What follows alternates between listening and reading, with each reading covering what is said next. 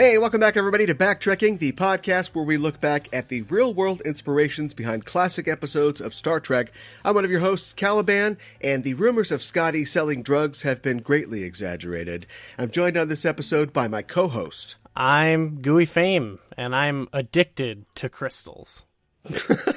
We have returned to explore the stories behind your favorite Trek shows, and this week we're talking about possibly, literally, your favorite show. We're covering an episode that is consistently called one of the best episodes of Star Trek, the original series, but there's one man who would vociferously disagree with that estimate. He's the man who wrote the initial draft of the script that would become City on the Edge of Forever, and that famed sci-fi author is, of course, Harlan Ellison, who in 2015 teamed with IDW Comics to publish a comic version, a 5-issue comic version of his original draft of City on the Edge of Forever.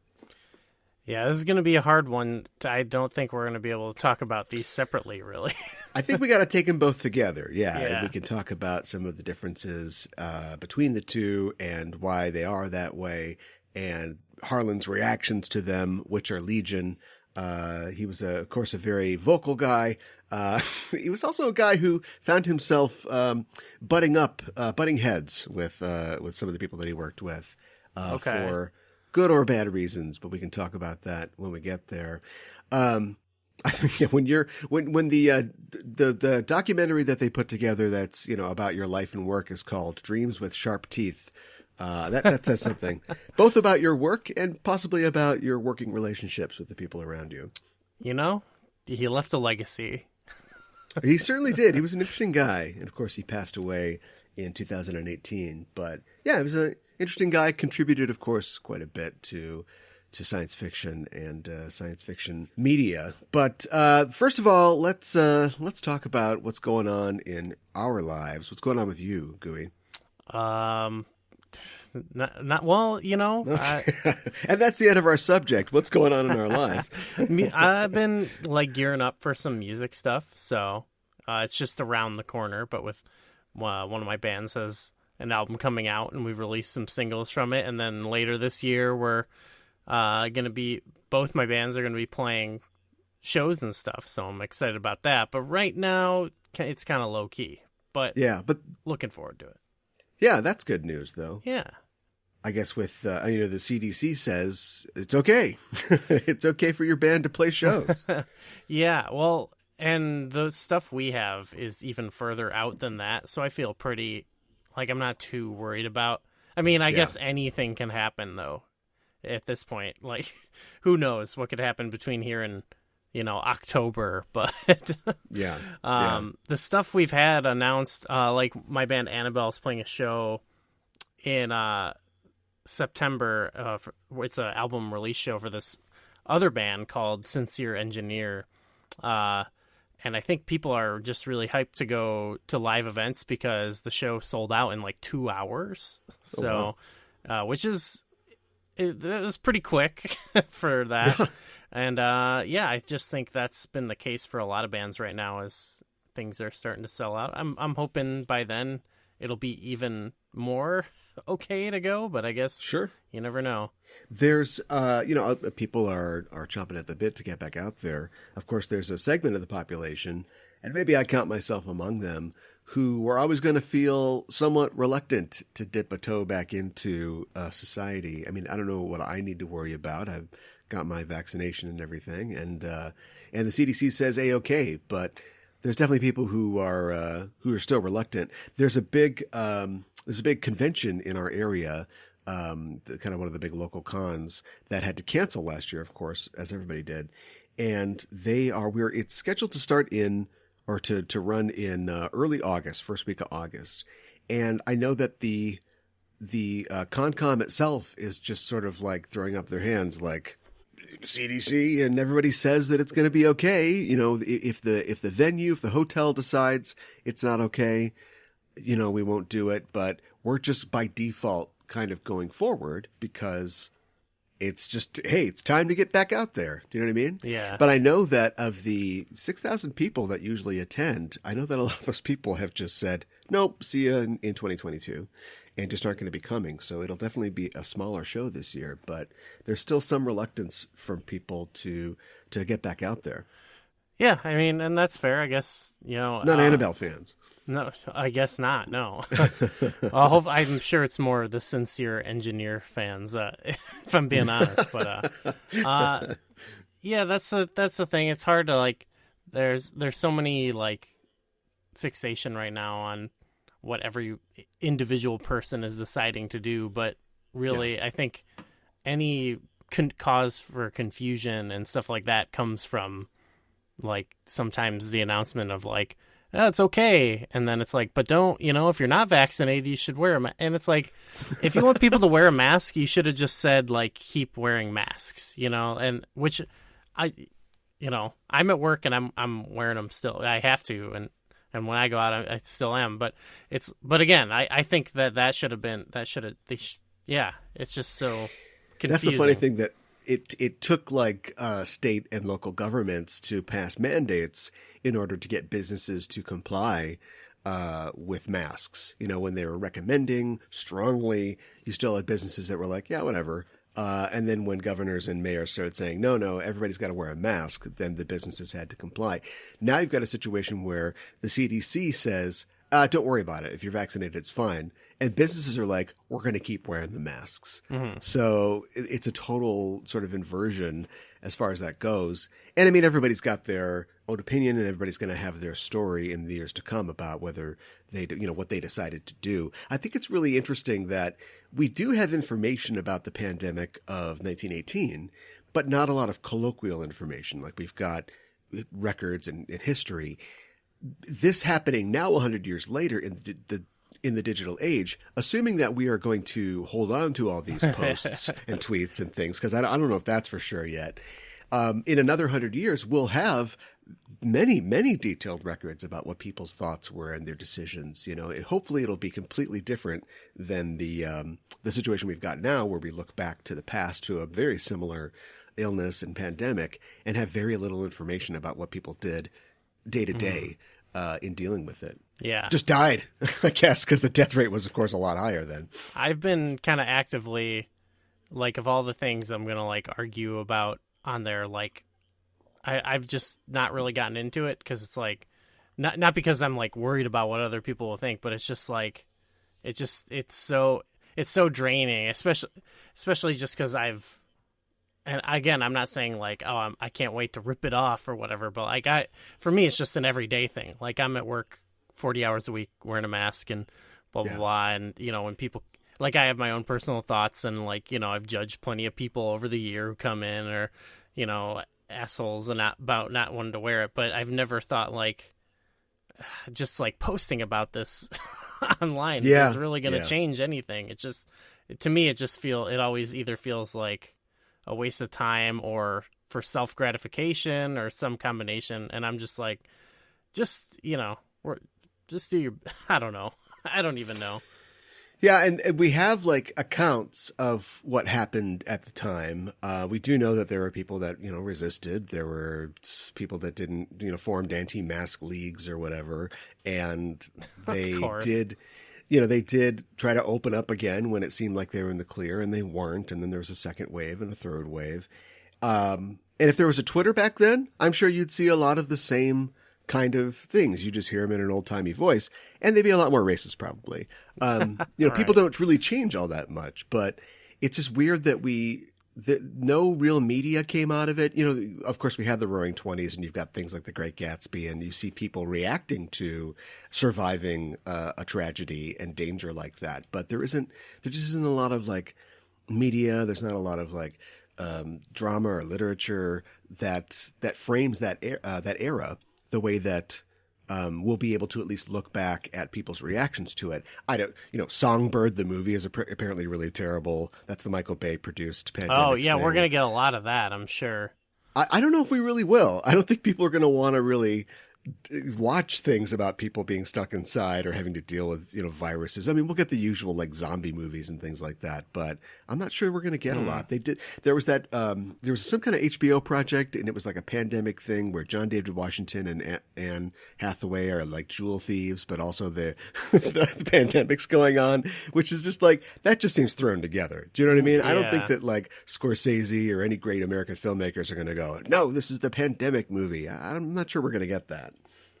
I was sort of imagining like 10 years from now, or maybe even a little later, there'll be some like twee movie, and there'll be like scenes randomly in the middle where they're like wearing a mask, but it doesn't even really mention it. It's just like, oh yeah, it took place in 2020 for a minute. But I don't think it'll be about any of that. Maybe. It's all what, the writers of tomorrow, or I guess today, who are writing things for tomorrow, decide to do. And then, of course, it's all filtered through what a Hollywood studio will greenlight. So, I don't know. There's like, if you look at something like the destruction of New Orleans in Hurricane Katrina, there's like one good thing, and it's that HBO show, Treme, that was made that was already being made, and planned pre-Katrina. And then, of course, all the themes that they wanted to tackle, which is like governments just leaving their people, stranded, were made manifest and real with the actual hurricane. And so that became a focus of the show. But there aren't like a lot of like Katrina based sort of, or, disaster based things that came out of that. So yeah, I don't know. It all depends on what fits into the, narrative, capital M.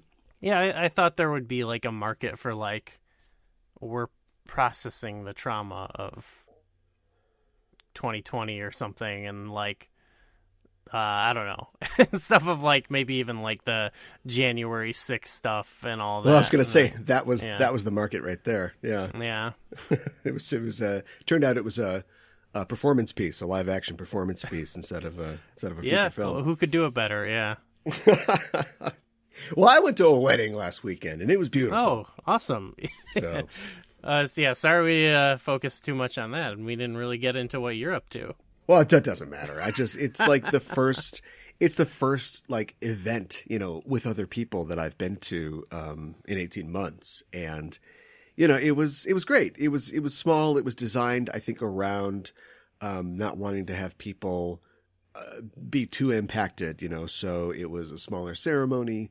It was really short, and it was sort of, the reception and the wedding and everything took place kind of in one room, and it started around 10, and it was basically over by like 1:30 or 2. And that's right. That's nice. Yeah. And so it was just family and kind of close friends. And it was a lot of people that I had gone to high school with, but hadn't seen in a long time. And yeah, it was, I was vaccinated, a couple days before. And so I figured we were probably okay to go. And we had a good time, and people were careful about things, and yeah, it worked out. So if that's what the future looks like, at least our immediate future going forward, I think we're probably okay. Yeah. I'm feeling like pretty okay for now. I guess it's more of the long term, the big picture of everyone getting vaccinated is probably in the long run what's going to matter. But at the moment, I felt like, I went to a movie. I felt okay going to a movie, so I was like, yeah. Sweet, I'm vaccinated. That's the next step for me, going to a movie. Yeah, it was a big moment. It felt real. That and, I've got to build up, of course, to be ready to go to the Star Trek convention in Chicago in the spring of next year. Yeah, so, I really hope things are worked out by then. Yeah, if things aren't worked out by then, we're in real trouble. That's like what I said. I'm not counting on it. Like, I feel like it's probably, I just always keep low hopes, and then, maybe I'll be pleasantly surprised, but. You gotta keep high hopes. That's what Brendan Urie says. I'm doing the Mayor Pete dance right now. Yes, you can't see, but. I listened to half of the, whatever the Panic at the Disco album is, that is their big one. The other night, which I'd never heard, and I thought, everybody's talking about this Brendan Urie kid, and emo is still around, so I'm going to listen to this. I liked it. Was that the old one with like the What a Beautiful Wedding song. That one? Yes, Okay. yes. I never really listened to it. All their albums and songs have, these ridiculous titles. They're worse than Led Zeppelin, but yeah, but whichever one that is. And I was like, okay, this is I can't really tell when a new song starts. The songs kind of sound the same. Okay, yeah. But I like the sound. I might like it if I give it a chance. That song, when I hear that song, I'm like, it's now kind of a little nostalgic because I just heard it a lot when I was a teenager or whatever. Yeah. So now I'm like, okay, I can kick back to this. Well, let's talk about what we're burdened with talking about, and that is our subject for this week's episode. When conversations begin about which episode of Star Trek is the greatest, one title will always factor into the conversation, and that's The City on the Edge of Forever. Originally conceived and written by legendary sci-fi author Harlan Ellison, the initial draft of City would eventually pass through the hands of many of early Trek's greatest writers, including series creator Gene Roddenberry. The resulting episode has been hailed as a triumph of televised sci-fi and one of the greatest hours of television in broadcast history, but the final product strays significantly from Ellison's original vision and started a debate about the vision of an individual creator versus the adaptation of a work by talented collaborators and the practicalities of real-world television production. But Ellison was never one to let anyone get the last word, and he republished his original draft of City several times in the decades that followed the initial airing of the Trek episode. In 2014, Ellison teamed with IDW Comics to produce a 5-issue miniseries of his original draft titled Harlan Ellison's The City on the Edge of Forever, the original teleplay. Captain's log. No star date. McCoy has changed the course of time.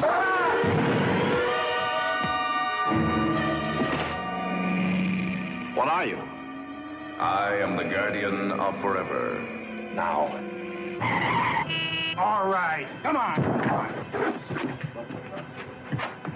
Oh, how careless of your wife to let you go out that way. What? One day soon, man is going to be able to harness incredible energies, maybe even the atom. Speculation. I find her most uncommon, Mr. Spock. Murderers! Assassins! I'm in love with Edith Keeler. Edith Keeler must die. Load him!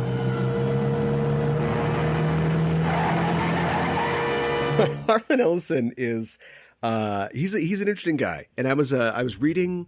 There's a whole chapter in the book Inside Star Trek about the making of City on the Edge of Forever, and Inside Star Trek is by Herb Solow and Bob Justman, the producers of the original Star Trek and also of the first season of TNG, and it's their oral history, their memories about the situation. And so they tell behind the scenes stories, and they talk about how Ellison was not Big H, Big E Harlan Ellison at that point, but he had won a Writers Guild Award for an episode of The Outer Limits that he had written called Demon with a Glass Hand.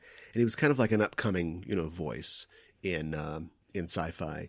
And he was one of the many sci-fi authors that they reached out to write for early Trek. We've already talked about episodes by Robert Bloch, Theodore Sturgeon, like these sci-fi greats that they brought in, Richard Matheson, to give legitimacy to Star Trek, because sci-fi fans, hard sci-fi fans, were disappointed with a lot of Trek or with a lot of sci-fi on TV because it was for kids. It was Danger Will Robinson, it was goofy stuff, and sci-fi or Star Trek was supposed to be serious, and Harlan Ellison was part of that effort. And they brought him in and they asked him to do this, and he pitched this idea. And the process of the pitch to the getting the draft was almost like a year. It took him a long ass time to write this. Wow. And to be fair to him, they, got the original draft and said, "This is fantastic. Don't tell him this. He does not need to hear this, but this is fantastic. But we can't do like half of this. There's just no way we can do this. He's not writing for a TV budget." And, so they asked him to do it again. And it took him, another 4 or 5 months to get the second draft. And at this point, they're like, "We need to shoot something because we're a TV show. This is a schedule." So they took it away from him and they had a guy named Stephen Karabatsos, who was the story editor on the show, write another draft, and they didn't like it. And Ellison said, no, just look, let me do it again.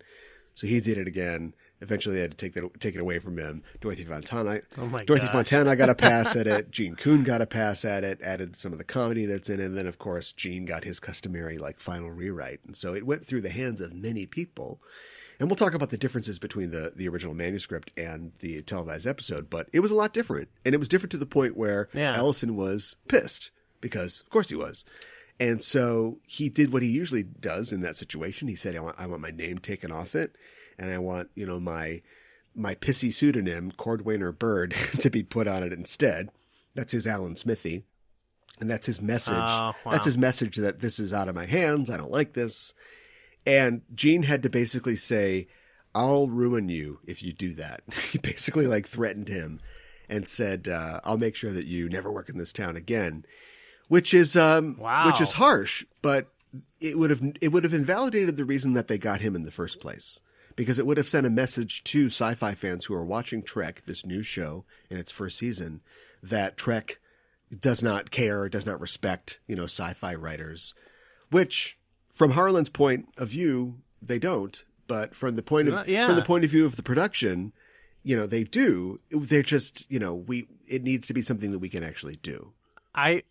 This would make a great movie. Wouldn't it though? Yeah. Yeah, I'm thinking about this. I'm like, okay, I see where he's coming from. To dramatize, the behind the scenes thing. Yeah, so dramatic. It'll never get made.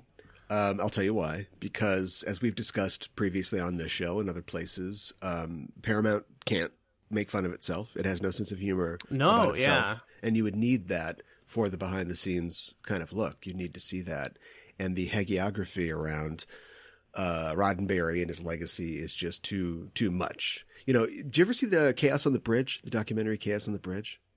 No, I've never seen it. It's basically about the later years of Roddenberry and the creation of TNG. And I'm not sure who produced it. I'm not sure if CBS had any involvement, but it's actually pretty frank. And they talked to people like Maury Hurley before he passed, and DC Fontana and David Gerald about all the shit that went on behind the scenes when they're just trying to get this show, TNG, to the screen. And that's kind of what Inside Star Trek is about. It's got a lot of that stuff. Bob Justman would talk about how they basically just gave Harlan an office on set or on the studio grounds to work in because they wanted to keep an eye on him. Wow. But he would get bored and he would lock the door of his office and turn the music up, and then he'd do an Indiana Jones out of the window and then just wander around the set and chat up the alien girls, and they have to chase him back into his office and make him work on the script. This would make a fantastic it would be great. Movie. Every detail you're telling me. Yeah, absolutely.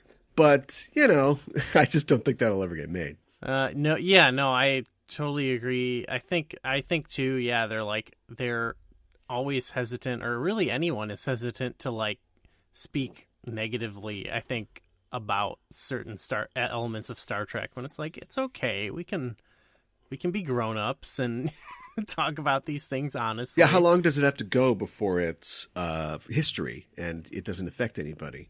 You know what I mean? They're working on aren't they working on a Lucy biopic right now? And if we don't have a scene of Lucy backstage, sucking on a cigarette, while she's telling somebody to go fuck themselves, that you're going to get that scene, right? You have to have that in your I guess warts and all look at the life of Desi and Lucy. But this, what I would expect more out of it is especially this fake Star Trek one that isn't happening, but it the Bohemian Rhapsody kind of effect. Yes.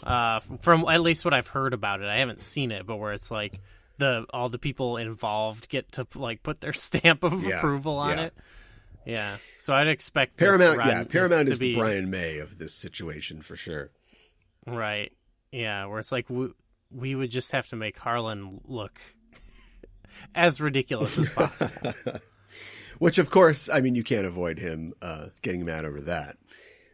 Well, yeah, but I guess that's what makes this story so compelling to me is that he does seem kind of like bullheaded and stubborn, but does he have a point? Being like threatened, you'll never work in this town again. You Sure. know, it's just like, and and at this point he's a youngish writer. I mean, he's definitely sort of new to Hollywood, and he's still making his bones.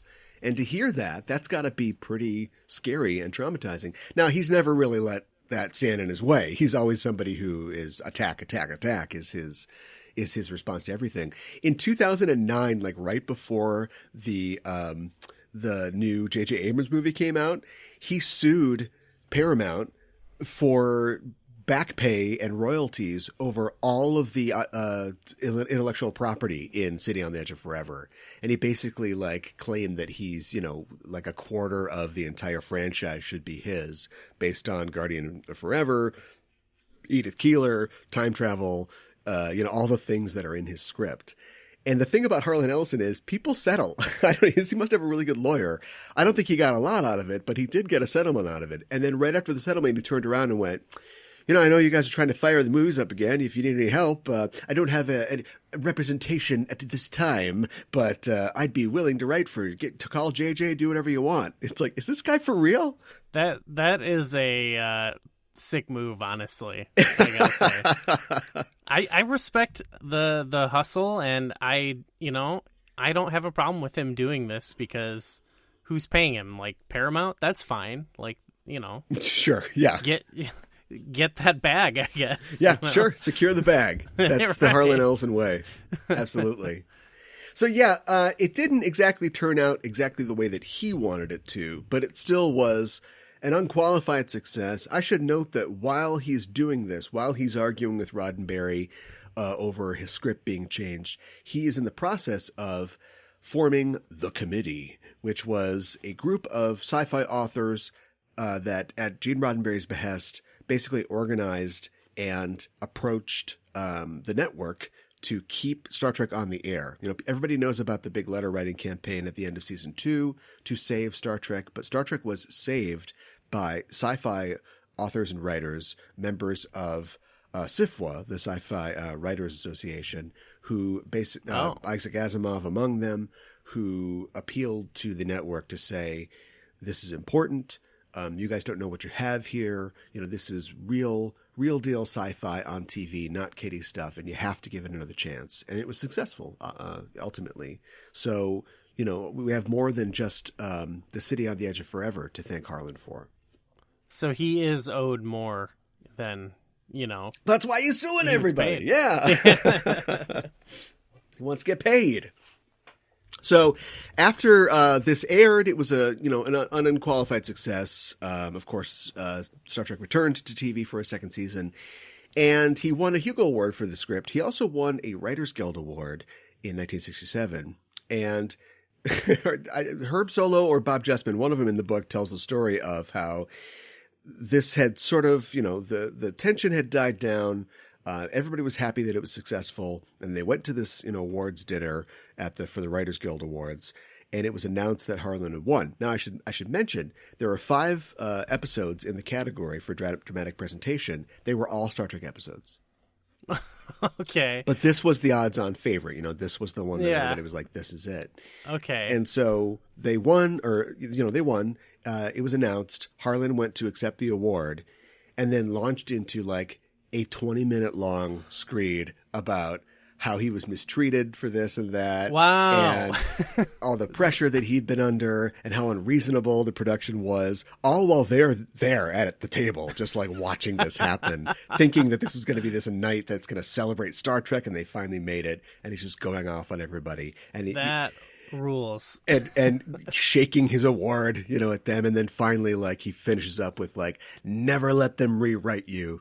And then just storms off the stage. And they're like, wow. Oh, wow. Great. I'm so glad Another we worked with great that guy. scene for the movie. That's a scene in the movie. Yes. Wow. That's incredible, honestly. I can't even be like mad at that. That's just sounds amazing. We need to talk about the story that he created. Yeah. The episode, The City on the Edge Forever, and the comic as well. Something that I should mention, and maybe we can just go through the plot of it and just talk about some of the differences in both forms of it. But right off the bat, I wanted to say that one of the things that Roddenberry immediately objected to was the idea that drugs or drug abuse in any form would be a problem. Not who was doing it. The whole idea of Scotty selling drugs is something that Gene used to say either knowingly or unknowingly, possibly knowingly, to bother Harlan, because Harlan really hated being misrepresented. Scotty was never selling drugs in any version or form of the script. But it's something that Gene would say in interviews when asked about The City on the Edge of Forever. But he hated that idea. So thank God he didn't live to see Raffi in Star Trek Picard. Oh, yeah. Or even see Garrick, who is a Cardassian, not part of the Federation, but abusing his drug implants. Yeah, that's one of those things. Like, I was reading it, and generally there's a lot of stuff that I was like, oh, this is way more interesting than in the episode. And then, I see, like, this is a good change they did, like, on both sides of the issue. But the drugs thing, that's one where it's like, I don't think that's like a very good hard fast rule for Gene Roddenberry to have. That's one of those things that I'm like, okay, I'm glad that we aren't just like Gene's vision all the time. Yeah. But in this story, it wasn't necessarily something that I was like I needed in this specific story. It felt more like a device to get the story going, if that makes sense. There's, this was written or begun being written before the series was even on the air. There is a series Bible, but so Harlan, when he's writing it, he doesn't know necessarily the full character of Spock or Kirk or their relationship with each other. The drugs, obviously. I think somebody, the drug, he wants to get the drug, he wants to sell the drugs to be rich, right? So clearly there's money in the society still, which of course is a question that's been open through the existence of Trek, but certainly they're, they get paid in Harlan's future. And so all that stuff that would, whether Harlan likes it or not, all of that would be edited to fit the series so far when the episode finally airs. But yeah, I mean, he's definitely working off of his own kind of page as far as shaping the world of the 25th or 6th century, because they say it's 500 years, don't they? And of course that would be reduced. You're just throwing it out there at the time. Yeah. Yeah, I mean, it was interesting stuff, like, and it had some of the cooler panels of, like, the dude on drugs, or... yeah. Like, that was one of the more memorable thing. And I thought, like I said, it was, like, not something I felt like needed to be there, but it was, like, I did like just some of these interesting kind of, like, darker elements, like, happening on, and in the panels, like, it's happening on, it's like, oh, this looks like the Enterprise of the show, it doesn't look like an adaptation. So it was kind of cool to just see it in that setting. Yeah. And it was like, oh, that's weird, Yeah. So it was just like it was interesting just to see that like that way. Yeah, I should mention that the city, that the miniseries is, of course, based on Ellison's original teleplay, which was originally published. So he, after all this went down in the mid 70s, he basically like copyrighted the original teleplay, which I guess that works. I don't know how working for hire works, but his original teleplay that he submits to them, he's not under contract, or he's not limited by contract. So he copyrighted that, and he had it published with some other things in a play collection or something in the 70s. Oh, interesting. And then several times later, it was republished. So this is based on that teleplay, and then it's adapted also by David and Scott Tipton, and then illustrated by artist J.K. Woodward for this miniseries that we're reading. Yeah, so that was cool. It kind of like made it feel more real, just to see like, oh, they drew it just like the old sets and stuff like that. Right, yeah.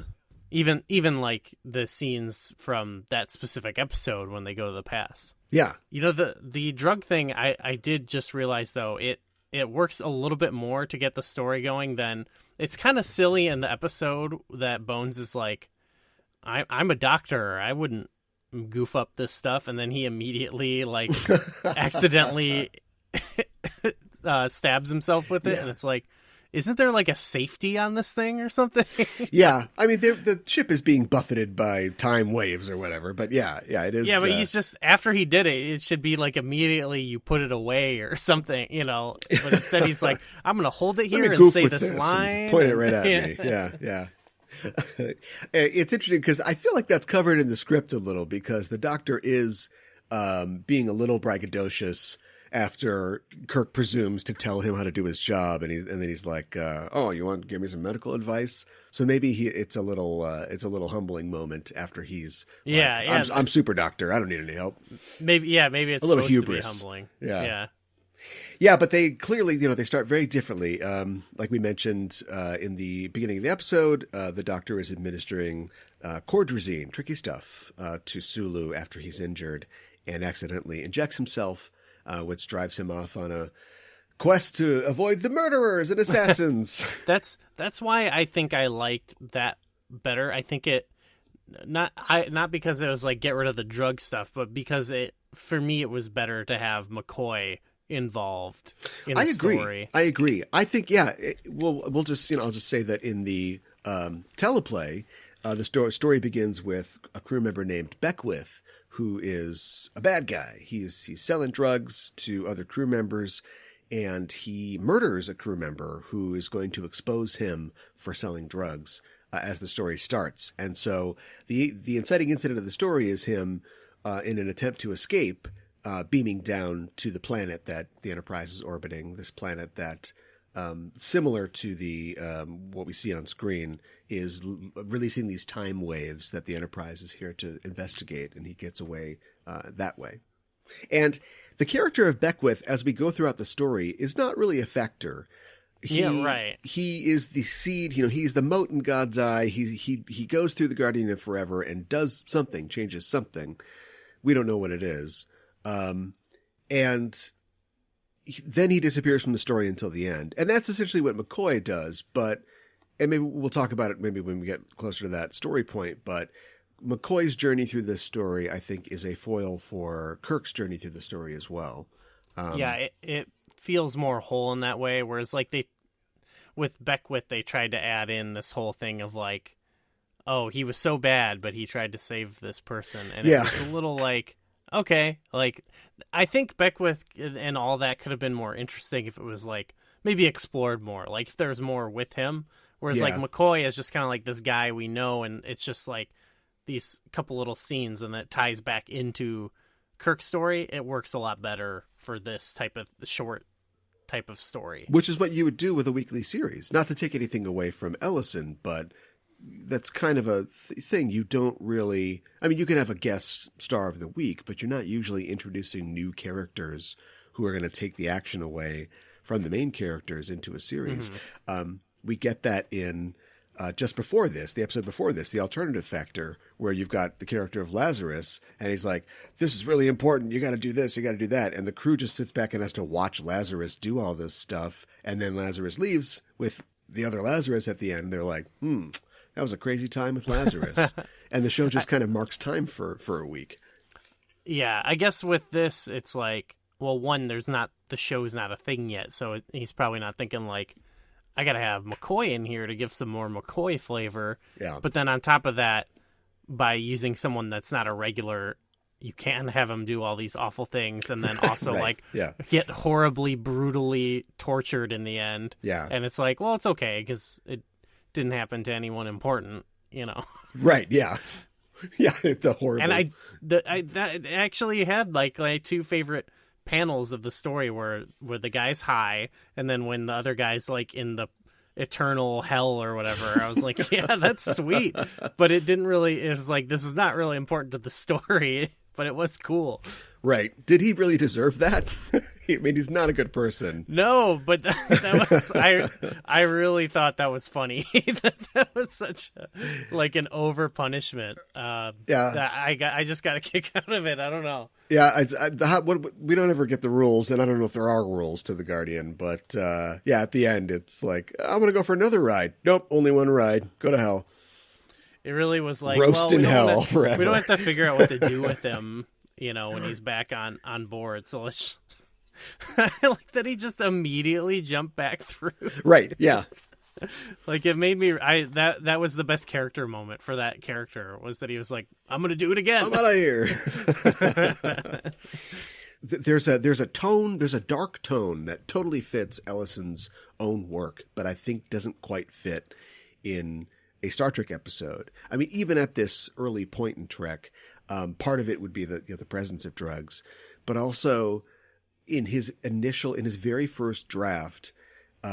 Beckwith would have already been caught dealing the drugs and maybe committing a murder. I don't know.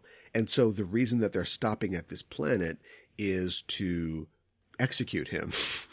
Kirk asked the captain, is said, according to the code of naval justice, is like, okay, well, you will be phasered to the neck until dead. And so they're stopping on this planet to do that. And he gets away and they discover that this is a planet that contains this Guardian.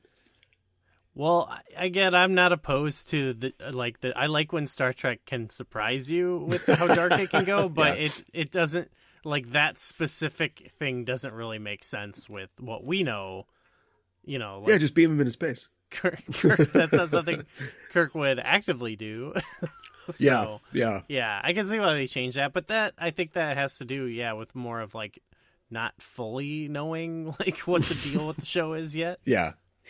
As far as like what the planet is supposed to look like, it was, the design of the show, it was always done by Matt Jeffries, the production designer.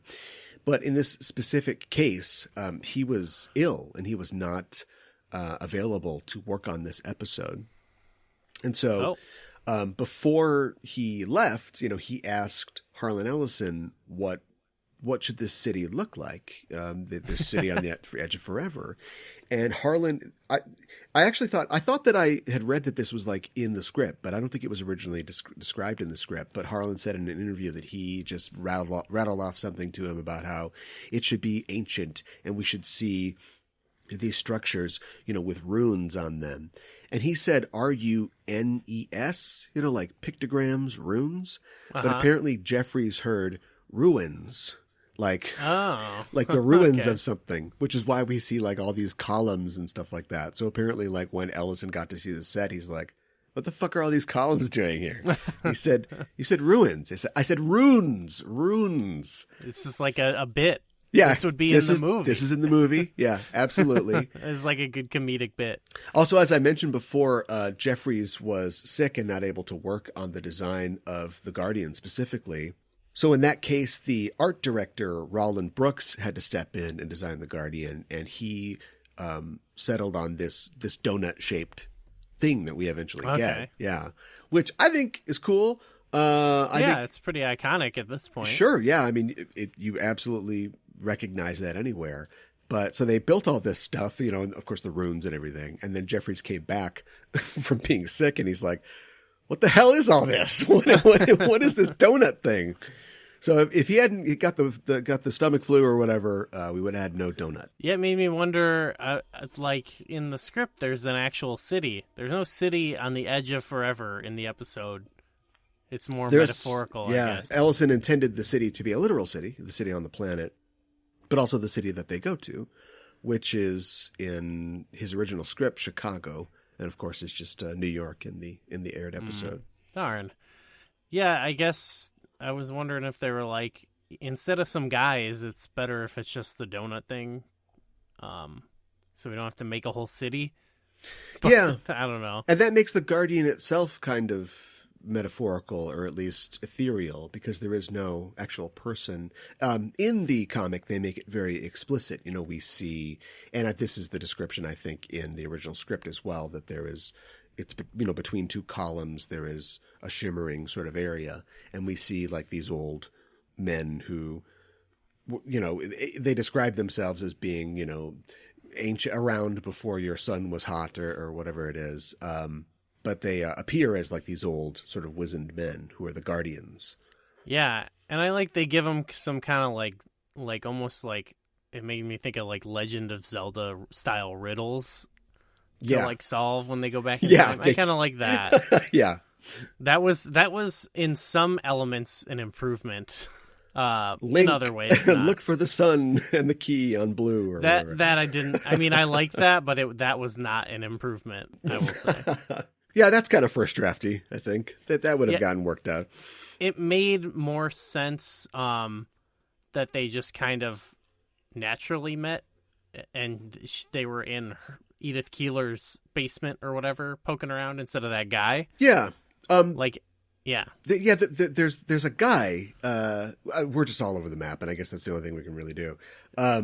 There's a guy that meets them when they arrive in the basement instead of Edith Keeler herself. And I just think that from a TV perspective, it makes a lot of sense to just make Edith Keeler the person that runs the mission that they end up in. In the teleplay, in the comic original teleplay, she's just like a street preacher. You know, she has no, as far as I can tell, she goes to the missions, but she doesn't run the mission.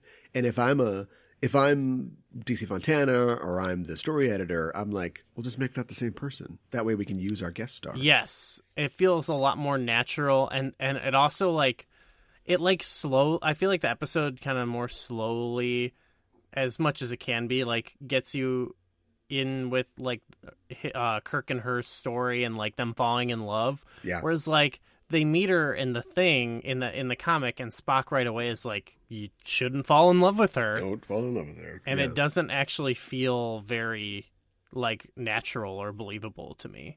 Yeah. Plus you have, and you would have this if Harlan's original script was produced, you've got the actor there to make those feelings, apparent. I mean, the artist Woodward is doing everything he can, but on a comic page, it doesn't come through the sort of performance that Shatner would have given to them to fall in love with her.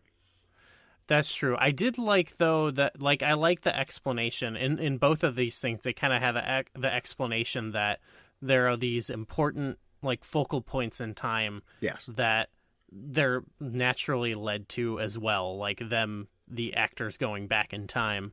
And so they naturally would kind of run into her, which makes sense then that they would just run into her in her basement or whatever. But I liked that you had in the comic, you had these guardians kind of like foretelling this to them, because it's something so big and like goofy and like almost magical that like it has some like it like is believable and has some weight behind it, that like these old like wizard dudes told them about it. Instead, in the episode, they're just like, someone once said if you went back in time, you would be drawn to this, and it felt just like more like that to me felt like that's fake. Like someone just made that up. Whereas like when these like old magic dudes told it to him, I'm like, that is real. Like these guys know more than I would ever know. Yeah. Yeah. I guess that's a good point. Something else that like, I'm glad that I read this original teleplay because it made it more explicit and it confirmed something I suspected, is that in the episode, the Guardian of Forever exists. We don't really know why. And it's like, check this out, stock footage. And it just shows you all this historical scenes. Like, what's its purpose? And once they go through and they come back out and they've had like the worst time ever, like Kirk has just watched the love of his life get just flattened by a truck. The Guardian's like, want to go again?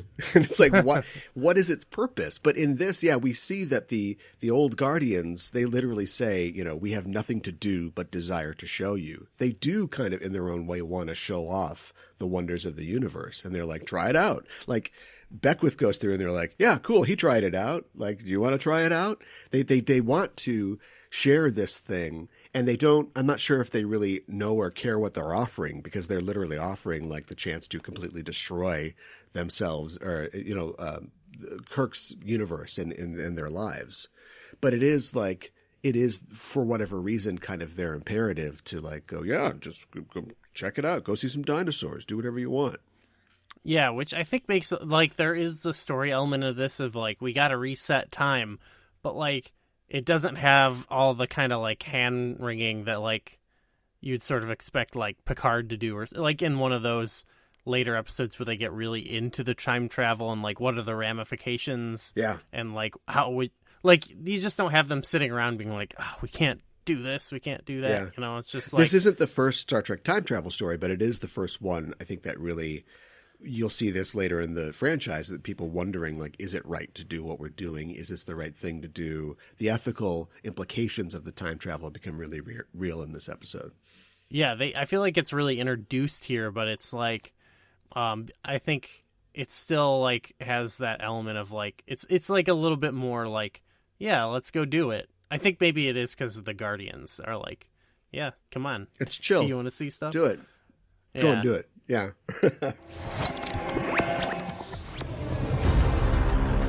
So Caliban, you finally show your face. Just in time for me to blow it off. It's fitting you chose to hide in this abandoned movie theater, Mika and Hana, because for you, the show's over. Big talk, but soon you'll be as dead as all the well-loved celebrities we lost this year. When I'm done, they'll be cleaning you off the walls like COVID-19. Wait, where's your face mask? I thought we were going to fight outside. Oh, come on! I mean, if the murder hornets aren't out there still. Take this. You want to watch HBO Max on my phone? I'll start cooking some beans in this old boot. Just Enough Trope. News, reviews, and apocalyptic views every Monday on the Just Enough Trope Network. Won't the 5G kill us? Something that I did like in the episode better than in the comic, and it's just a function of the growing, culture of technobabble and Trek, is that in the comic or in the original teleplay, Spock just says, well, I think I can figure out like where he ended up by like tuning my tricorder to, the frequency of the portal or whatever. Mm-hmm. But in the episode, Spock is like, oh shit, I should be recording all this. This is like an amazing view into Earth history. So I'm going to use my, I'm going to film, right. I'm going to film the TV screen, with my tricorder and get all this stuff. And because he did that, he's able to like rewind and go, oh, okay, he landed in the 1930. He's able to use that information later. And then when they get there, in the original teleplay, there's a little jiggery pokery with getting information from the tricorder, but like Spock holding himself up and like trying to get information from the tricorder becomes a big part of the action. That made it a lot better, and just like the visual of his like big machine he's making was really great. Yeah, yeah. I need platinum, Captain. Maybe 5 or 6 pounds. There's a whole. So the first issue is basically like the first act, and they don't even go back in time until the second issue. But it sets everything up for you. And there's a thing in there that apparently Harlan was not forced, but suggested by Roddenberry to write, which is something that you would. I'm not sure I believe that. It's fantastical, and you would totally cut it out of a TV script, but. Okay. The crew attempts to beam back to the Enterprise, and they realize that the Enterprise is not there. It is a ship called the Condor, and it is a pirate ship, and they get into a pitched battle with a bunch of pirates. Yeah. And Yeoman Rand is going ham on some of these pirates with a phaser gun. That was kind of sick. It was another, like, the other stuff where it was like, okay, it feels like a little bit superfluous to the episode, but, like, it's just, to me, it was another cool, like, little bit that I liked, because it just felt it felt very different, Actually, it felt a little bit like Mirror Mirror, I guess, which, okay, where it's like, what if it's our world, but, like, people don't, it's just like the ship, it's not acting like you expect a Star Trek crew to act, they're pirates or whatever, or they're right. Yeah. So that I liked that. That's the case of like I like seeing those darker tones, and I actually think Mirror Mirror does that a lot better though, because it's like the focus of the episode, and it sets up something of a ticking clock. But again, it doesn't have any real effect on the episode, because the idea is that they are able to escape to the transporter room and take control of it. And Rand and the other crew members that are there have to hold this room while they beam Kirk and Spock back down to talk to the Guardian. And so we get the idea that they are, they're burning through the doors and quick, go, Captain, we'll be okay. And then they go back in time, but they're already back in time. So is it like Bill and Ted? Is the clock still running, in the Star Trek present? And we never really addressed that. In fact, we never even returned to that. We returned to that once. And I'm not sure if we're seeing that or if Kirk is just imagining them being overrun in the transporter room. It's just never really. It's another kind of dead end. I think it is enough to me that it's like the ship is gone. Oh, so they, we leave. Like in the episode, yeah. And so not only do we need to restore all of, time, but Rand and our crewmen are dead, and they won't come back unless we fix this. I think it like establishes stakes, I guess, but we know the stakes enough that it's like, yeah. Well, the stakes are all of reality, like as we know it, but yeah. Yeah, exactly. So I don't think we need to go back to the Condor or anything like that. Yeah. But it was fun. Kirk and Spock get back to the Guardian in the teleplay, and they have a talk with the Guardian about like Beckwith and why he's doing this, and the Guardian, as detached as it is, still has an idea of the morality of the situation, because basically they throw Beckwith under the bus. The Guardian's like, "Do you know the concept of evil?" And they're like, "Well, yeah." And it's like, this is a creature that is just evil. They'll just do bad stuff. And you're like, okay, well, that's not good. Okay, I guess sure. So he's the bad guy. They go through the time portal and end up in both stories back in 1930. In this case, in New York, and immediately they are confronted with the kind of perils that you might run into in 1930s New York. There's a guy. This, of course, we're in the Depression at this point. There's a guy talking about how it's the fault of the foreigners and the Chinamen and that sort of thing. Yeah, that actually worked, I think, a little bit better than like Kirk just cracking a joke about it. And stealing some clothes and, running into the cop and yeah. I actually like that. It kind of It's a little more pointed. Yeah, than Spock just being like, in both of them, he's a little too upset about it in the comic, honestly. Yeah. But it made more like it worked a lot better than like Kirk being like, "Oh yeah, my friend, he's Chinese." Yeah. It's like, yeah. And it's played like a bit, and no one really cares. That's what Harlan's script completely lacks, the sort of humor that would characterize the original series, and I think a lot of Star Trek going forward. But what they replaced his thing with is just way too much. Yeah, the rice picking machine. Yeah, right. But their conversation is a rough one, because Spock's like, when he sees this, he's like, oh, this is the heritage that you're proud of? Like this is horrible. That's fair. Once they get to the basement, to the cellar, they have like a real fight. In the episode, it's changed so that it's sort of a teasing kind of thing between them, but he's really upset about the situation. And we learn a little bit about Harlan's view of Vulcan. This wouldn't be what would end up being the history of Vulcan in the series, but how it doesn't sound like they ever had a period where they were, savage and feral. They were always sort of refined and emotionless, and humanity beat them to the stars. It was humanity, I guess, that discovered Vulcan in this universe. Yeah. So he maybe has it more of like the instinct for like war or like stuff like that was like what pushed technological innovation or something. Yeah, maybe. Yeah. They were more aesthetic. Okay. Yeah, I like the. Yeah, like I said, I like the confrontation there.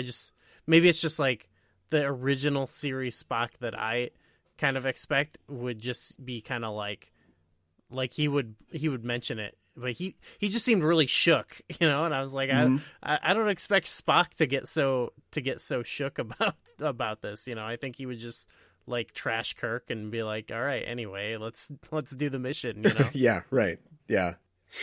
There's there is, I don't mean to say that it's all fun and games. Like there is a real feeling of sort of bummerness and dread in the televised episode that, of course, culminates with a controversial profanity for the time, where Kirk's just like, let's get the hell out of here. And they beam away. No kidding. Yeah, that was a big thing with the censors, because you could refer to hell. They'd gotten away with that before in other episodes, but using like the sort of expletive, let's get the hell out of here was that was a problem. That's incredible. Wow. I didn't even notice like or feel anything when he said that in this, really, other than like he's upset. Yeah, that was meant to punctuate his upsetness. But I liked early on when they try to contact the Enterprise and she's gone, and they're like, we're totally alone, and it pans up to like the empty stars. I think that's the only kind of shot that I've ever seen on the early Trek. Yeah, that's very cool. And when they're thinking about like, okay, we think we know the time, we got to go in, we don't know if this is going to work. Oh yeah, Scotty, Uhura, if we don't come back, you guys have to do this too. Each one of you in your own turn has to try to do what we're doing. And the effect is, even if you fail, at least you'll be in some universe where hopefully you can find happiness. And I'm like, is that there's no temporal prime directive, but won't they fuck time up more? Like if they go back and like, stop Napoleon from being defeated at Waterloo or something like that. I know. Okay. I know you don't like what if stories, but well, this is kind of one. That's true. But I like the idea of like a what if story about like Scotty and Uhura like trying to live like just off the grid enough so they aren't influencing time.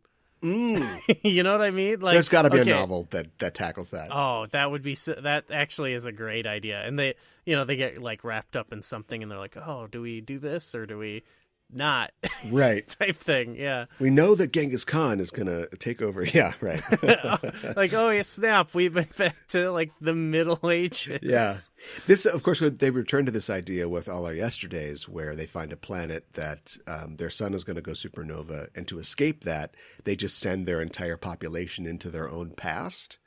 And it's like Star Trek, it's the 60s and it's an hour show. So they're really not going to like explore the effects of that. But I think that idea is really fascinating, the idea of a civilization sort of cannibalizing its own past to save itself. And that's kind of what happens in Tenet. Although I'm not going to talk about Tenet again on the show. No. They should do a backwards episode. Maybe they will. Maybe Discovery will try that out. We can do an episode. Yep.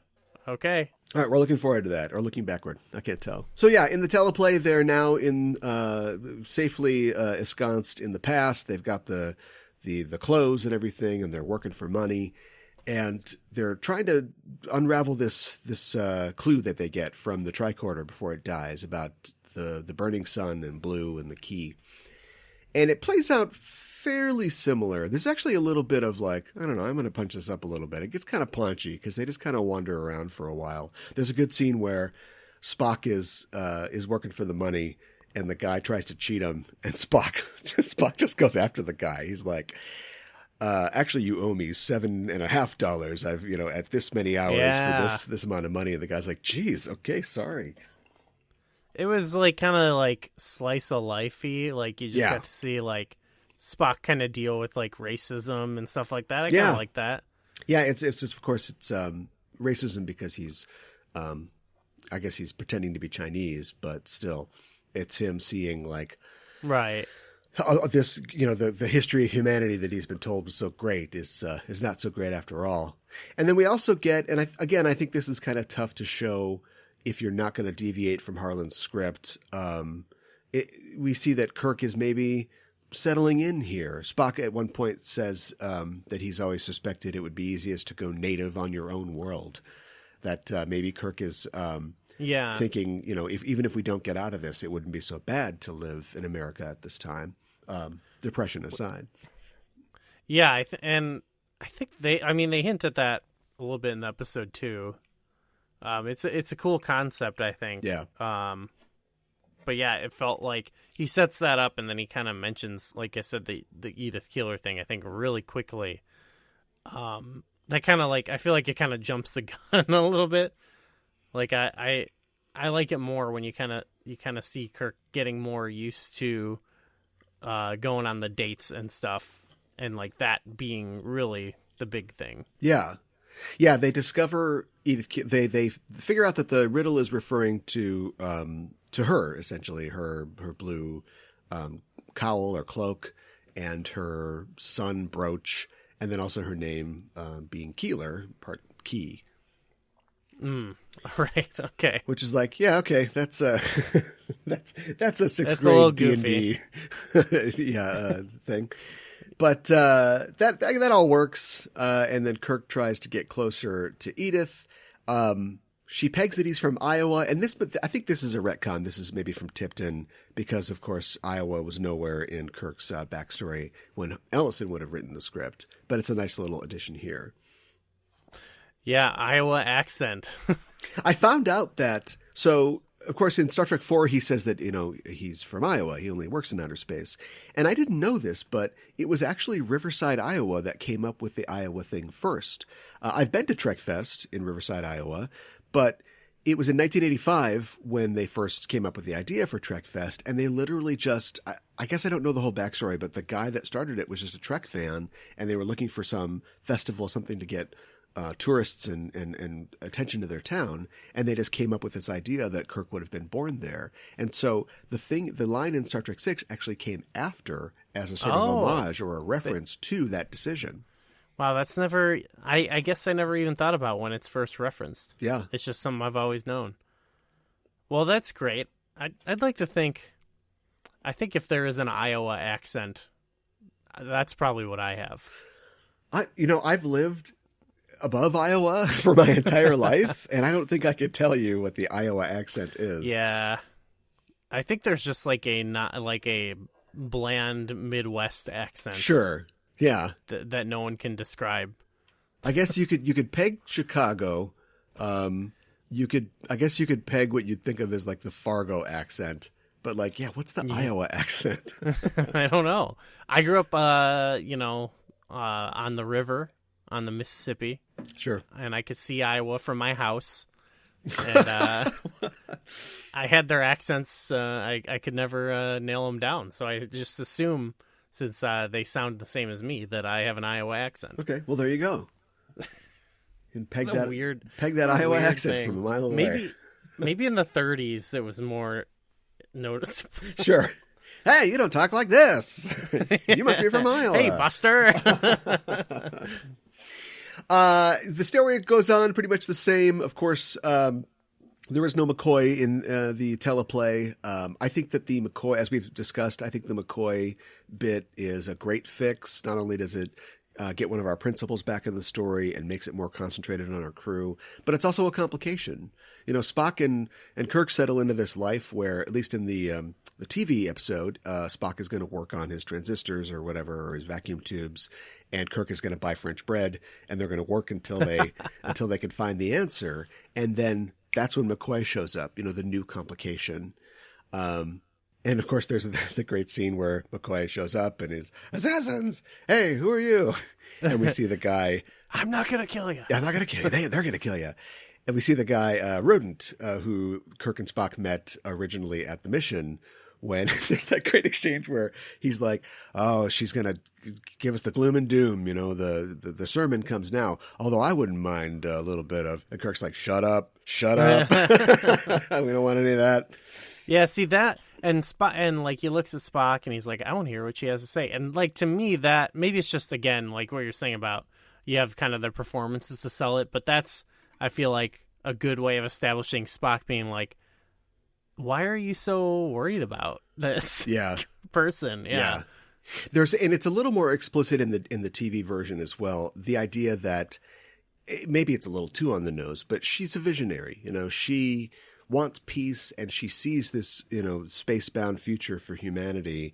And I guess I can't remember specifically what it was in the comic. I guess she's just also kind of positive on humanity's future, but we don't get the explicit idea that, like, no, her movement will grow and she'll talk to FDR and she'll keep him out of the war. And that, I think that they comes just in say, much, like, what if? Yeah, that comes in as a suggestion much later in the teleplay version.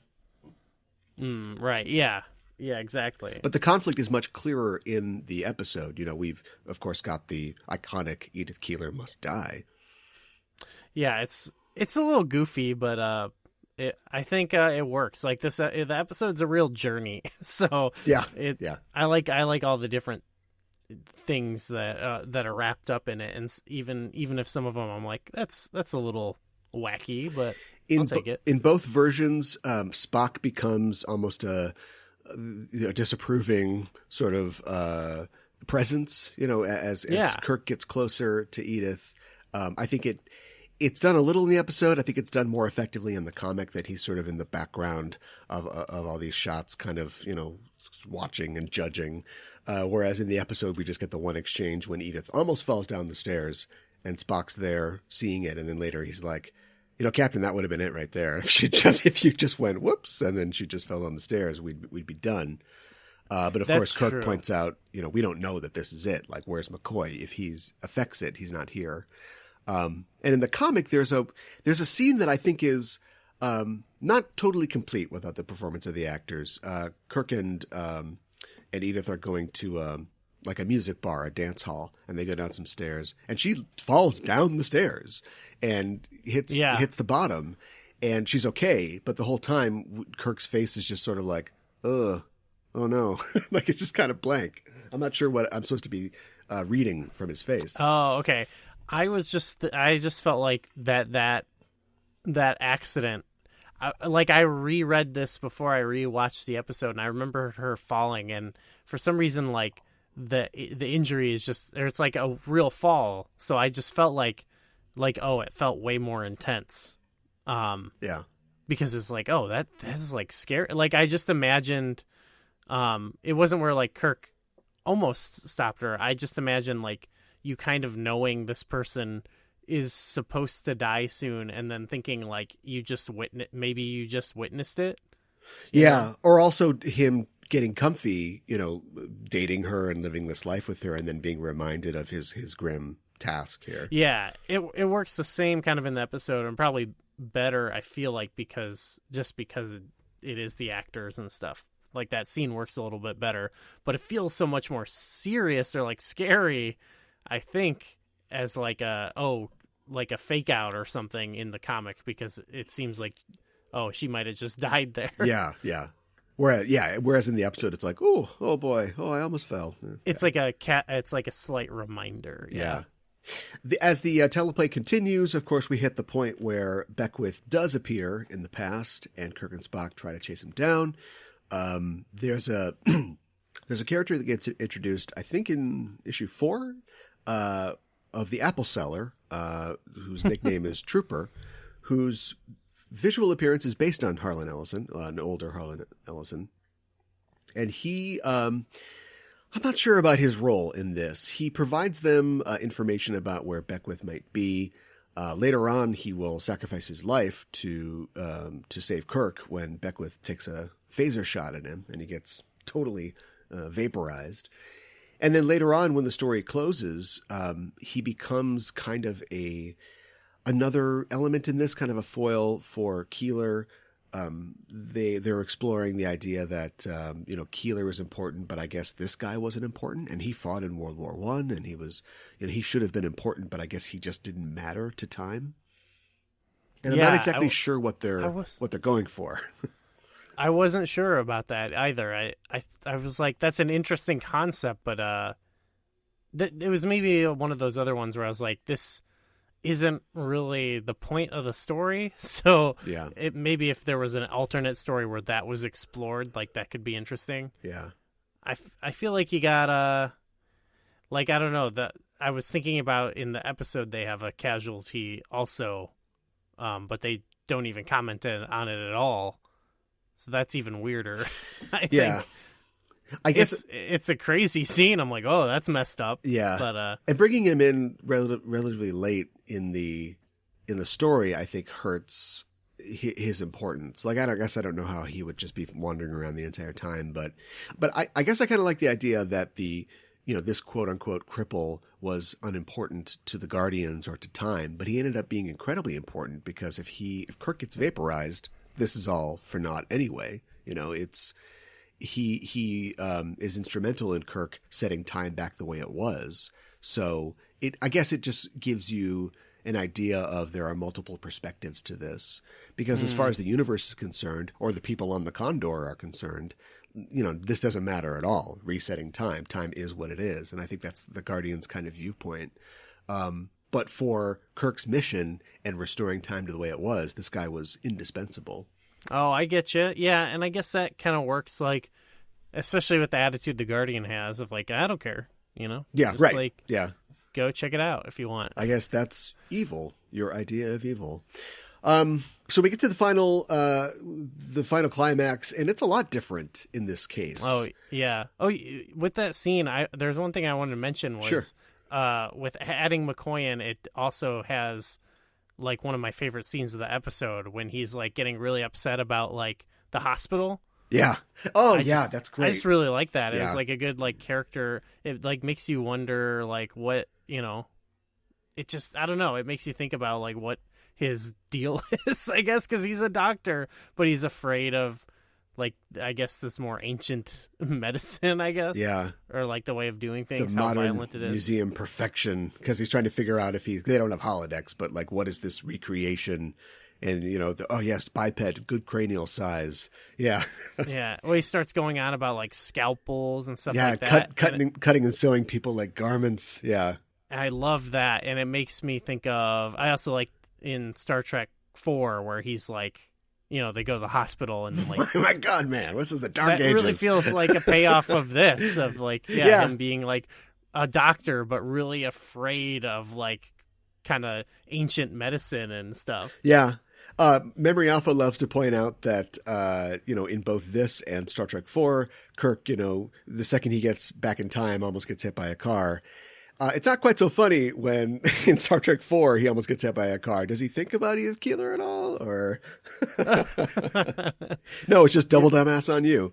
You ever think he's like, maybe if I could pop back to like 1928, right? Or Yeah, something. Yeah. keep the bird of prey going a little while longer.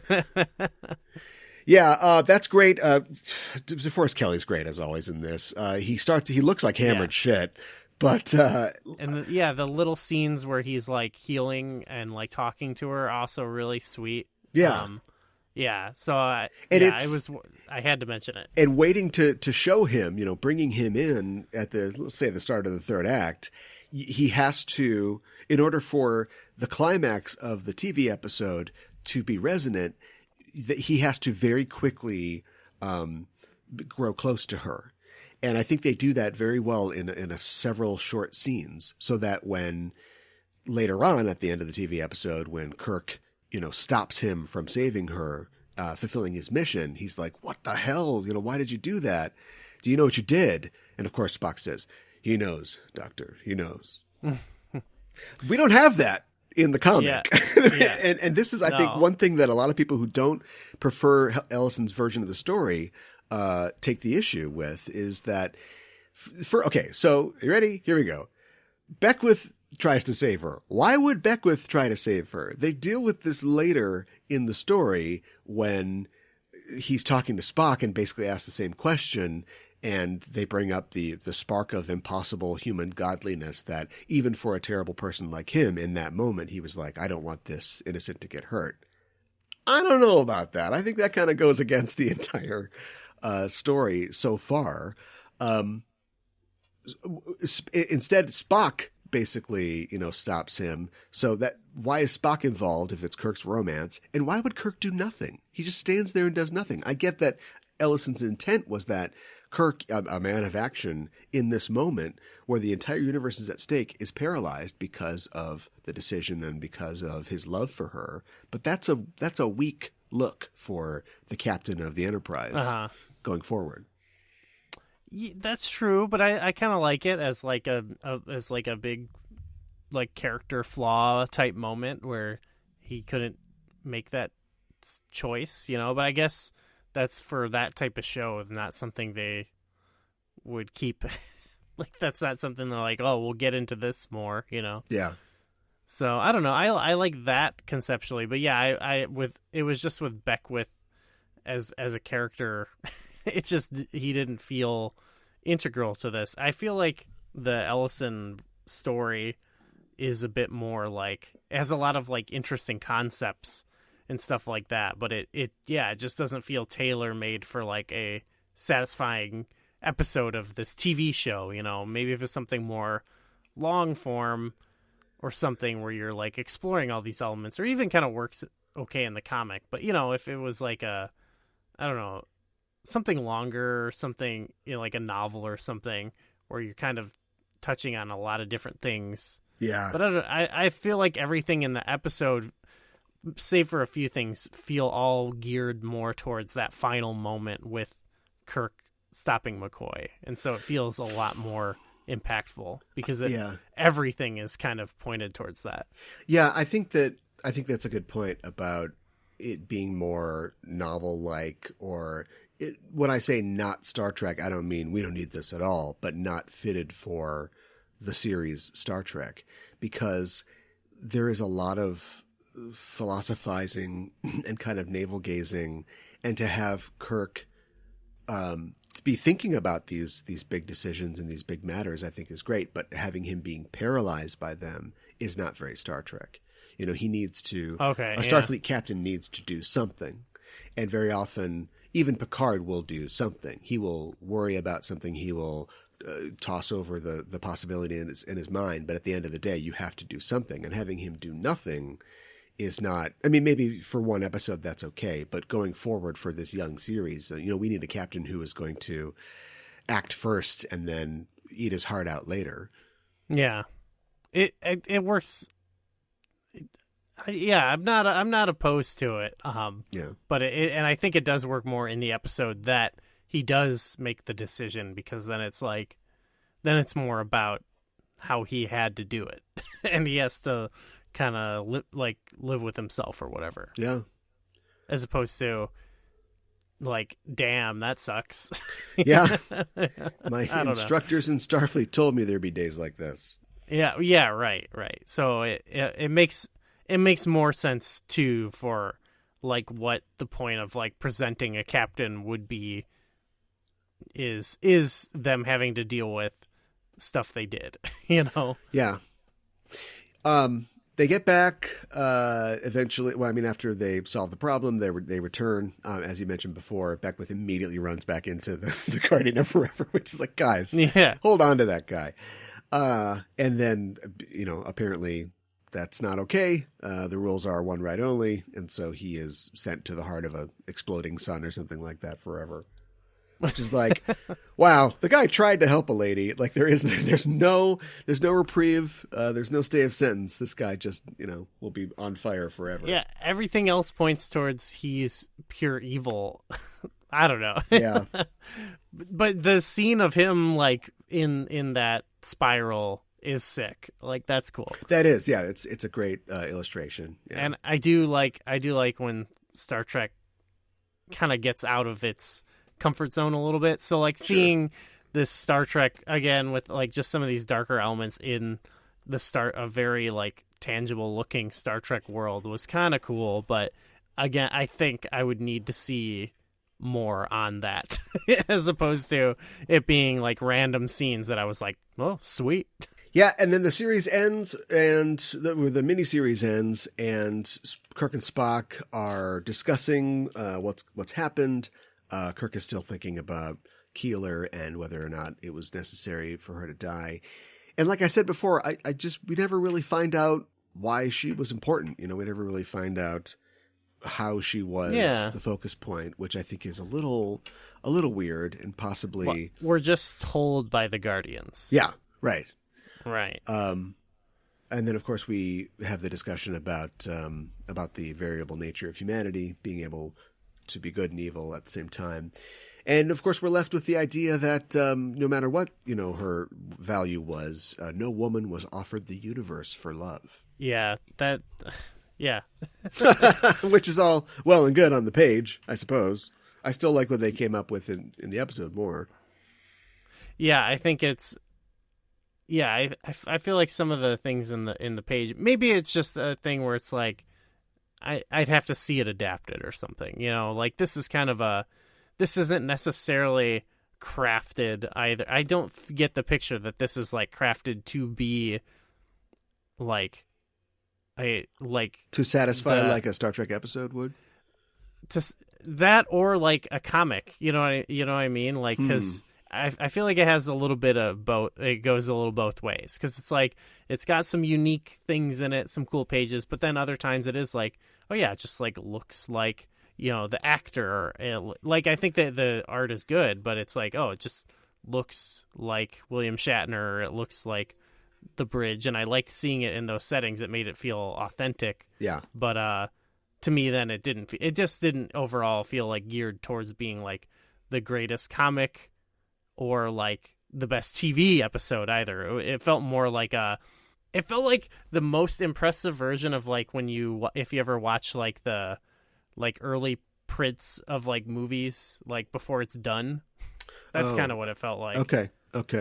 Like I used to have a laser disc of Beauty and the Beast that they showed at some festivals before it was done, and there was just some scenes that weren't done. Okay, and yeah. This is like a completed version of that, where it's like you want to check out what his script was like visually, like here you go, you know. But like I guess what I'm saying is like I would like to see like what his director's cut of the actual episode was. Like where's the Ellison cut on HBO Max? Give him all the money in the world to recreate Release the episode. Ellison cut. Yeah. Maybe I'm off on that, but it just it felt like there was some stuff that just didn't land. And I think you saying like mentioning the performances, like that was the key to me of being like, oh, okay, that's why.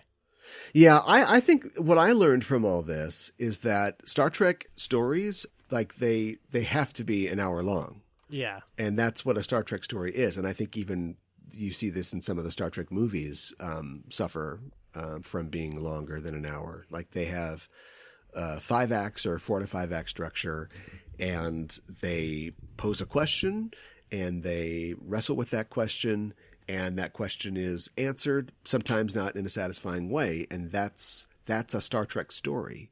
And I think that we, like I said, the movies sometimes suffer. I think that we are running up against that idea now with the new Star Trek shows that, you know, are merely a 10-hour movie that's chopped up into 1 hours.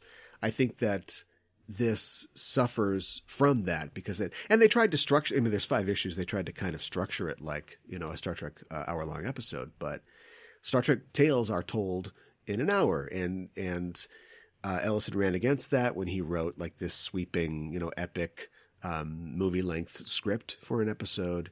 I think that the themes, the pacing of Ellison's effort suffers in comparison to something that is polished, you know, for an hour. There are definitely parts of the televised City on the Edge of Forever that I would like to see expanded. There are parts that are expanded.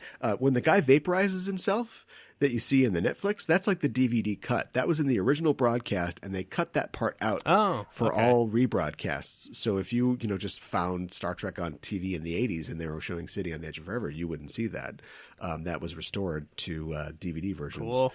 So yeah, there are, you can extend the story, but what happens when you do? What are you losing from what was crafted by all these people who are very good at crafting these things?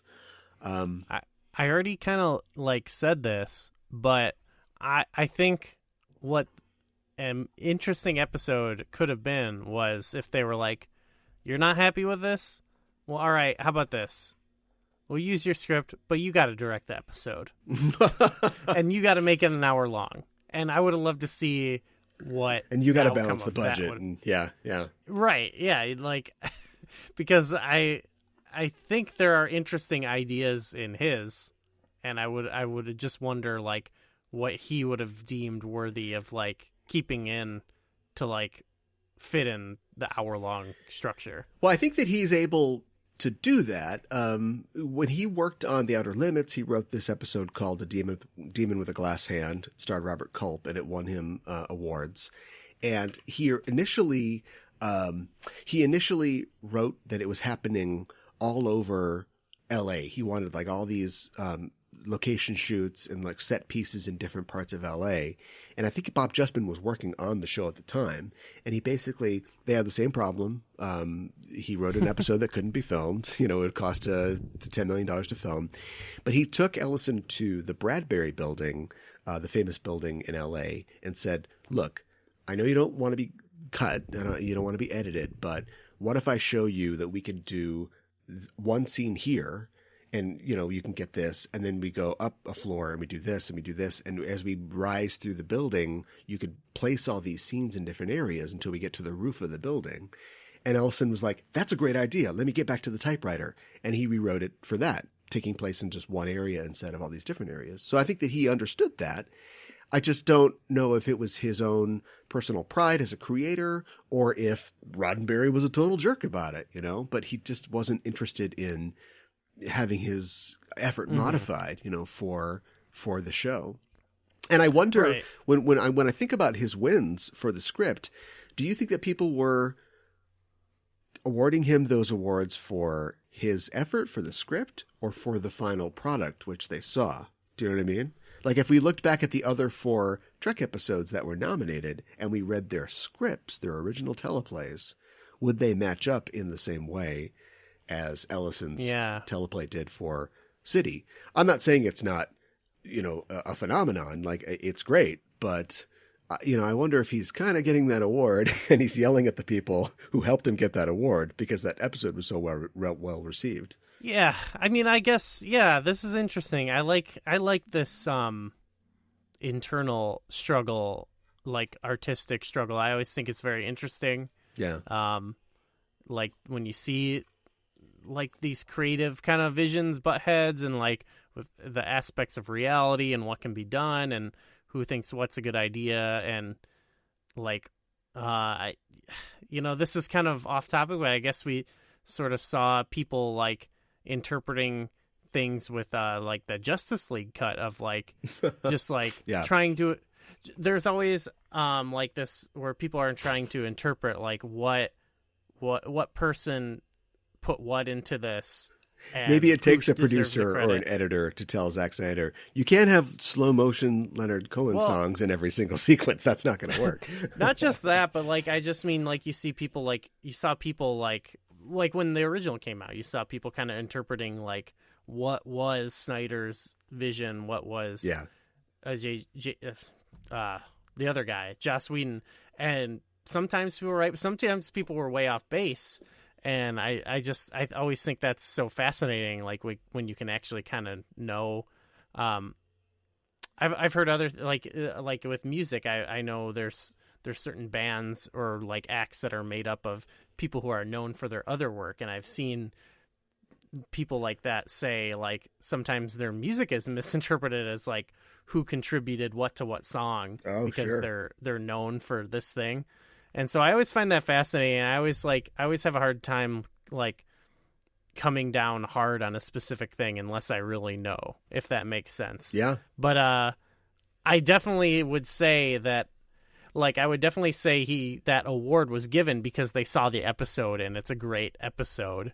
Yeah. And it's clear to me that like he doesn't understand that a lot of people thought it was great as it was.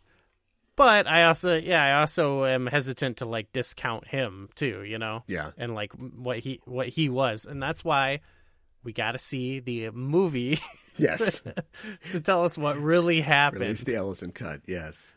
And we'll never know really what exactly happened. I wonder if you could do it and change all the names, or if you could do a fan production and obviously it wouldn't be a motion picture quality, but and just use all the names, but you don't charge anything. So Paramount can't sue you, or just right, or maybe don't have or the just rights to Harlan Ellison. Yeah, or just write a book.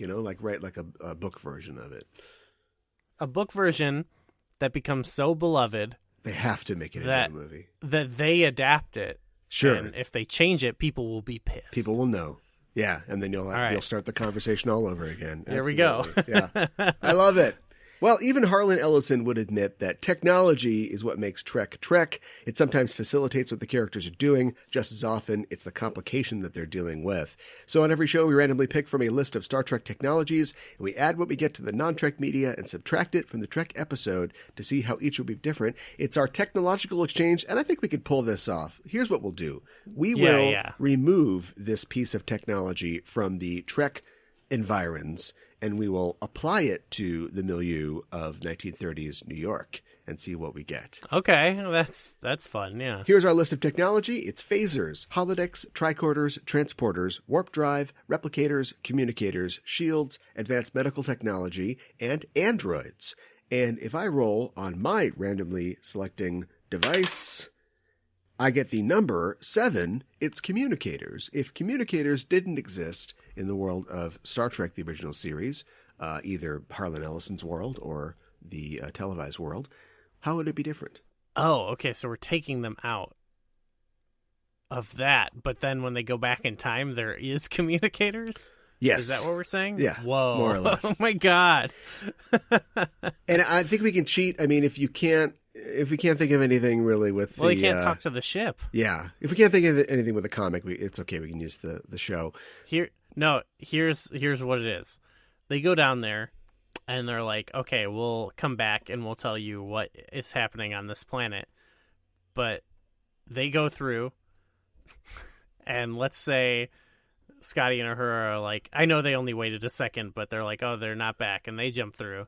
And then they're on the ship and they're like, what happened? And we're like, well, let's send down Sulu and Chekhov.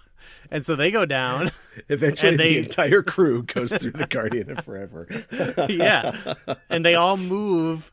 They all get comfortable and they all move to New York. And they serve in World War II. And you've got a line of 450 people all waiting to either push Edith Keeler under a bus or save her. They're all drawn. They're all like drawn. A parade. They're lined up along the side of the road. They eventually become the parade that crushes Edith Keeler on the street. It's like Captain America: Civil War, where they're like, there's like Team Keeler and Team Save yes. Keeler Must Die or something. All drawn by the currents of time to New York. Yes. Yeah, they have an epic battle over who kills her and who doesn't. I like the idea that all of them enlist and they win World War II. Sure. So Edith Keeler's death doesn't matter. With their phasers and their tricorders, yeah. Yeah, they bring back all the tech, but then they significantly alter history. I always wonder what you would do if you couldn't communicate faster than light. Like, let's say, we accept that they develop a warp drive that allows a ship to go faster than light, but they're also sending signals, faster than light, and it's all explained through subspace. But if you could only travel, then you'd have like the Pony Express. You'd have that would be cool. Space Pony Express. Sure, yeah. You'd have horse travel, no telegraphs. At the very beginning of the episode, and they do this sometimes whenever the episode starts and the Enterprise is in trouble. They sometimes release like a log buoy. They basically dump the entire log into a buoy that won't be destroyed with the ship, like the black box. So if somebody finds it, they can go, oh, this is the last log entry. This is what happened. At the beginning of this episode, Kirk does say to Uhura, before we go into this, broadcast my log, to Starfleet Command. So if we don't come back from this, they know what happened. But you wouldn't have that. I guess everything would be a log buoy in that situation. Just like space littered with log buoys. Yeah, of like my final will and testament. Yeah, yeah. They're just leaving breadcrumbs around to figure out where they are, what they did. So their whole universe would be very complicated because you could send some, and it would just be like on old Earth. Like you could send your army out. Yes, we're going to go fight, Caesar at Philippi. But we're not going to know what happens until somebody comes back, and the messenger will either be smiling or he'll be bloody. Yeah, or they could go back in time, leave the communication they want them to see, like Bill and Ted, where they're like, remember a trash can. But instead they go back in time and they're like, all right, we got to put this message on Starfleet headquarters desk. And it's not going to exist for 100, 200 years, but just have it ready for them. There is a lot of extended media, of course, around this episode. And in one of the stories, Kirk and Spock don't never find McCoy, or they never go back. And so McCoy ends up living in that time, and he puts ads in the paper. He tries to find ways to contact the future. Like he figures, if I can leave some kind of record that I was here, whoa, that's cool. Somebody in the future will find it, and come back. But nobody ever comes back. So he figures oh, it just must not have worked. And I think the reason it doesn't work is because he saves Edith Keeler, and there is nobody in the future to come back. Yeah, I mean, that's awesome. I'm softening a little on my hatred of alternate universes. That stuff's pretty cool. So if that could exist in the episode, too. It'd just be a longer episode. Yeah, he doesn't even it care the about McCoy cut. Yeah. Yeah, she gives him the paper and he's like, I don't really want the paper. But yeah, maybe he's like, classified ads, eh? So if Edith Keeler can radio up the mission and tell him that she'll be there in 5 minutes because she's got communicators, how is the world of 1930s New York or the world of 1930 different? Well, I was gonna say it's one of those things now. This is maybe too serious right now, but like how there's been so many things over recent years, like currently with what's going on in Palestine or what any other places where now like these awful things that are occurring are so much more easily documented. You know what I mean? Yeah. Because of like everyone has a phone, everyone has a camera, Yeah. and access to the internet. So I guess like I mean, not that there were people at this time who knew about what was going on in Germany and didn't do anything. Jeez. Didn't care, but I God.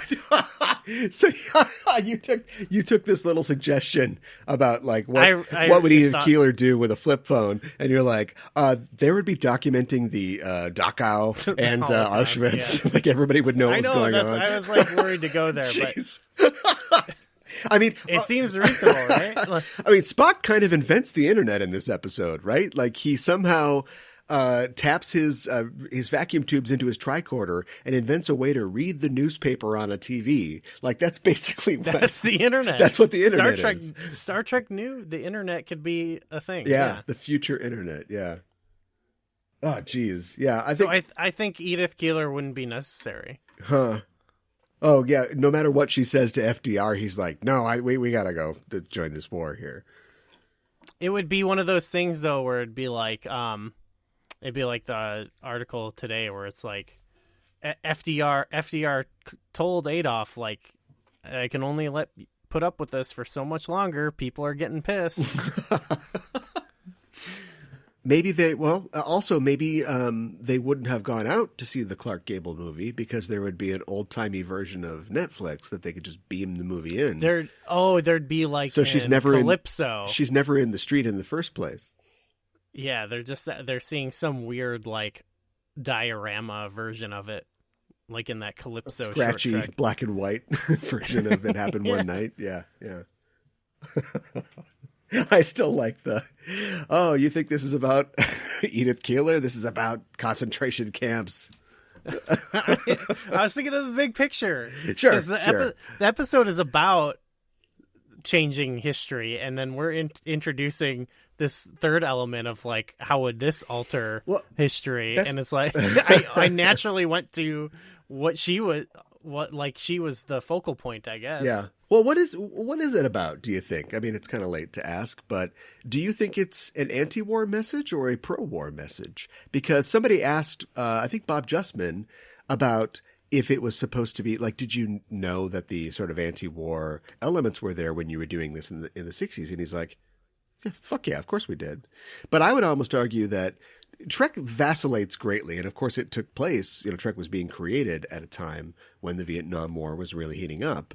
And there were different ideas about it. And sometimes Trek will totally be anti-war. We got to stop this war. And other times, Kirk is handing out guns to the natives, to keep the war going. So, because I think the reality of the story or whatever is certainly more complicated than pro-war, anti-war. Because I think you watch it and it's reasonable to assume like Hitler needed to be destroyed and stopped. Yeah. But yeah, I can also see how then someone could make like propaganda out of that, or like you've even just seen it like, it's just like a nice little thing for like the US to like hold on to as like a nice thing we've done ever, It's interesting to see the show argue against its own ideals because we don't see that she's an annoying peacenik or something like that. She might become that in the future, but she is in the embodiment, really, in both the comic and the TV show, of the Federation's ideals. Like, she believes that that all men will get together, but specifically, advancements in technology will allow all men and women to come together. And Spock's literally like, the bitch has got to go. Like, she's right, but she's wrong right now. And right. If I was giving the show credit, I would say that it is a more nuanced take. I don't know if that is totally their intention or whatever. It's kind of having it both ways, but I think it works. Yeah, it's actually it is kind of crazy. We didn't discuss that before, because that's like, I think for a lot of people that is sort of the takeaway of the episode. Yeah. But then watching it this time, I was like, oh, this is a romp, and it's a love story, and it's really not about would peace have worked against Hitler? Like that? I don't know. That's not what it's about, Nah, not really. But it is about. But it is many things, though. Yeah. Yeah. It's hard not to think about that. Obviously. All right. Well, anyway, she's got a flip phone. Should we tell people? It's an N-Gage, and she can play games on. Yeah, right. She's got the N-Gage. I was watching Rebel in the Bronx the other day, and the kid has I think he's got a Sega Game Gear. Or maybe it's an Atari Lynx. I can't remember, but it's one of the two. Should we tell people what's coming up on? It's so important. Oh, should we tell people what's coming up on the next episode of Backtracking? Okay, we're going back to the Western game, Yeehaw. Which is exciting. Yeehaw! When we're talking about Rio Grande, and how it relates to the episode DS9 episode Sons and Daughters, which it apparently does. Yeah, I honestly don't know, but this is one of those sight unseen ones, because sometimes we consume Trek and other media and we make our own connections, but this is prefab backtracking idea, because supposedly that episode is specifically based on the 1950 movie, John Wayne movie Rio Grande. I like sometimes when we do that, because it's like we're holding their feet to the fire. Yeah, and we're coming in with no assumptions here. Yeah. They like the John Wayne movies, so. Yeah, they certainly do. Speaking of war versus anti-war, but we'll get into that next week. But that's it for this week's episode of Backtracking. Thanks for listening, and if you like the show, tell a friend. You can follow us at Backtracking on Twitter, and also tell us what you think that we should look at in future episodes. Gooey, tell the people where they can find you online. You can find me. I'm on Twitter at GooeyFame. And I'm at KA1IBAN on Twitter. You can find all the programs on the Just Enough Trope Network at Just Enough Trope on Twitter. And that's it for us. We will see you soon. And until then, keep on trekking.